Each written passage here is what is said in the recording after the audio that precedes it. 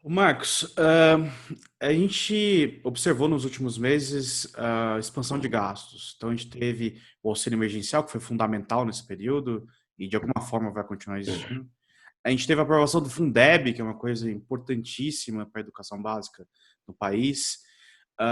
Então, algumas coisas certas parece que a gente faz, mas toda vez que a gente gera uma mudança, como no caso do Fundeb, por exemplo, a gente tem a tentação de colocar isso na Constituição, né, para ninguém conseguir mexer depois. Mesma forma na questão dos gastos, se a gente pegar o orçamento do governo federal, ele está quase todo comprometido, e dos governos demais também, né, com o dinheiro carimbado, quer dizer, o gestor público ele tem pouca margem para atuar de acordo com as coisas que ele combinou com o eleitorado dele. A gente desconfia dos políticos de forma que a gente engessa a mão deles e por isso não é ruim no sentido de a gente permitir menos debates, a gente não deixar a política acontecer. O que você acha disso? Essa é uma pergunta muito boa. Quer dizer, eu já mudei de opinião a respeito dessa questão e voltei atrás várias vezes na vida. Lá nos anos 80, quando a Constituição foi promulgada, em 88, houve um grande debate a respeito disso. Na época, o que eu achava, nos anos 90, quando eu comecei a estudar instituições fiscais e economia política do orçamento, eu achava que a vinculação era boa. Por quê? Porque você diminuía a competição rent-seeking. Então, eu pensei muito como economista. Você diminui os incentivos para a competição rent-seeking. Então, desse ponto de vista, seria uma solução mais eficiente.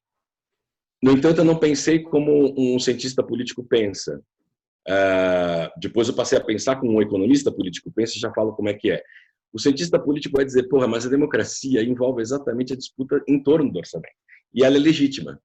O rent-seeking, dentro da lei, e vote trade, quer dizer, compra e venda de votos, não no sentido ilegal do termo, mas negociar projeto com outro, é algo absolutamente essencial essência da democracia.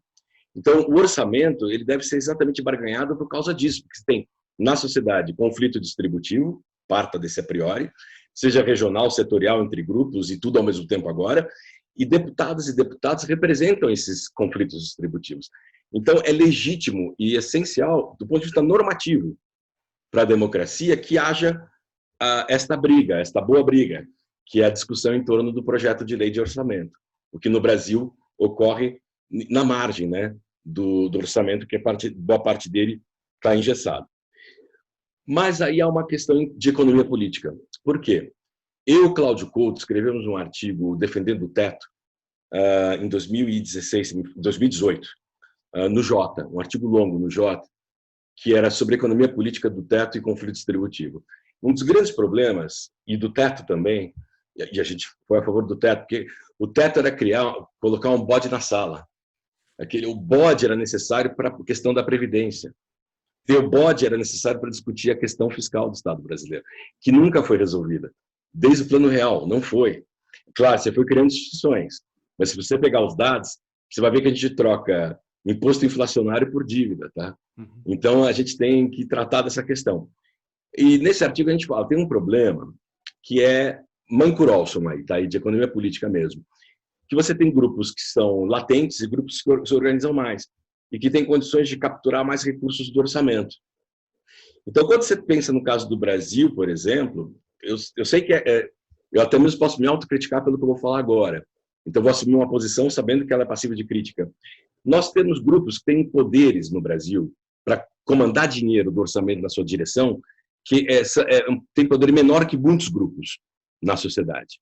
Então, normalmente, aquela preocupação em 90, em 88, que se tinha, que o Constituinte tinha, a Constituinte, quando vinculou os gastos de educação, é que sempre, se você fosse pegar no passado, o ajuste fiscal era feito em cima de educação, entendeu? Então, agora, vamos vincular esse treco para evitar que o ajuste seja feito no grupo mais fraco.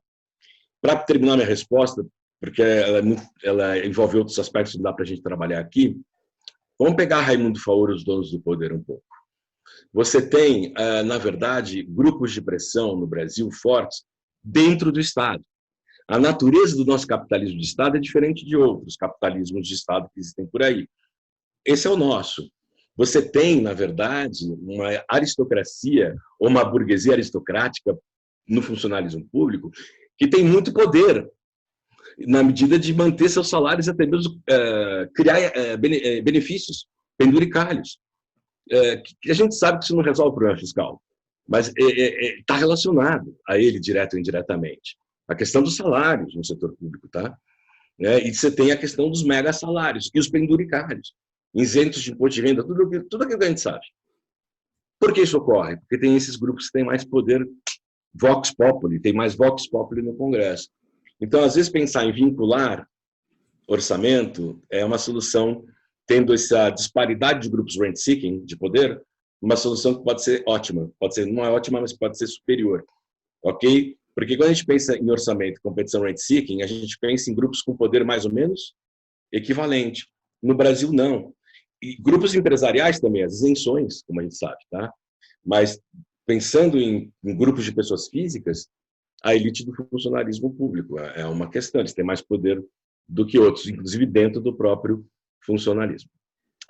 E o teto fiscal, sim, eu sou a favor. Só acho que quando você tem uma lei muito draconiana, ela não vai pegar, tá? Eu vejo o teto como algo que foi necessário para aprovar a reforma da Previdência, mas o teto tem que ser mantido mais como? Talvez a solução do Armínio Fraga, uma solução um teto dinâmico, ok? Talvez uma regra de ouro, tá? Mas um pouco mais de variáveis, saca? Que implique uma possibilidade de você ter alguns desvios para cima no curto prazo e depois a necessidade de ajuste a médio prazo lá na frente. Mas essa é uma questão que quem tem que discutir, como eu digo, eu não sou da área, mas são os técnicos economistas, elas e eles que se dedicam a isso. Isso é uma questão para o Felipe Salto, isso é uma questão para os economistas que entendem da coisa. Eu vou ser diletante se falar qualquer coisa aqui. Eu concordo, também não sou da área, mas acho que no curto prazo, é o grande problema da nação. Vamos torcer para que a gente consiga desenrolar esse o grande problema é você ter uma dívida pública batendo em 100%, o custo de rolagem da dívida no curto prazo, projetado no futuro, aumentando, e a economia estagnada. Que o pior dos mundos é você ficar na armadilha da renda média com esse gravame, com essa dívida que atravanca a possibilidade de investimento público, inclusive. Mas, enfim, esse é outro tema.